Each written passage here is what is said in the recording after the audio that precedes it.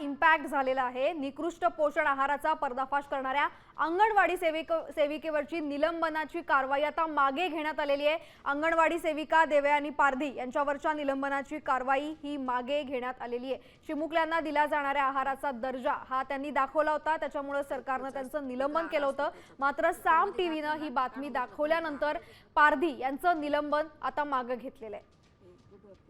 दरम्यान नोकरी गेली तरी चालेल, पण मुलांच्या आरोग्याशी खेळ होऊ देणार नाही आणि भविष्यात सुद्धा असा प्रकार घडला तर पुन्हा आवाज उठवेल असा ठाम निर्धार देवयानी व्यक्त केलेला आहे।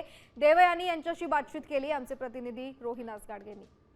लहान मुलांना शिक्षणाची गोडी लागावी म्हणून चिमुकल्या मुलांना पोषण आहार दिला जातो आणि या पोषण आहारातून मुलांचं आरोग्य आणि तंदुरुस्ती सुधारली जाते। त्यासाठी आहार दिला जातो। मात्र हा आहार निकृष्ट दर्जाचा असल्याचा पर्दाफाश आंबेगाव तालुक्यातल्या देवयानी ताईंनी केला होता आणि अखेर त्यांचं निलंबन करण्यात आलं होतं, कारवाई करण्यात आली होती। खरं बोलल्यानंतर कुठेतरी कारवाई होते आणि त्यानंतर आता निलंबन मागे घेण्यात आलेलं आहे।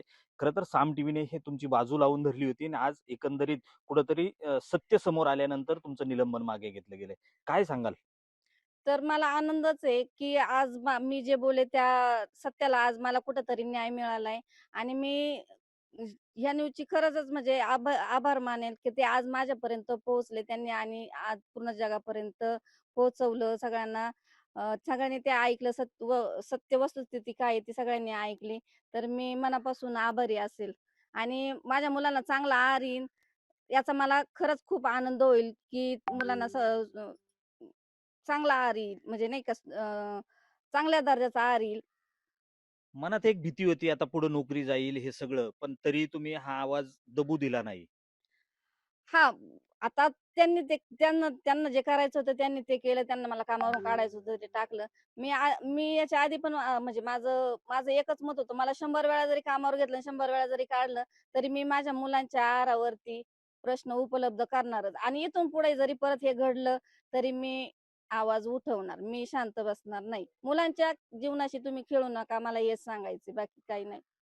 नक्कीच आज या ठिकाणी निलंबन मागे घेतलं जरी असलं तरी पुढील काळामध्ये मुलांच्या आरोग्याशी जर खेळ झाला तर हा आवाज पुन्हा उठणार असा इशारा या ठिकाणी देवयानी ताईंनी दिलाय। त्यामुळं आज जरी देवयानी ताईंचं निलंबन मागे घेतलं असलं तरी हा आवाज कधी दबणार नाही हे त्यांनी या ठिकाणी साम टीव्हीशी बोलताना स्पष्ट केलंय।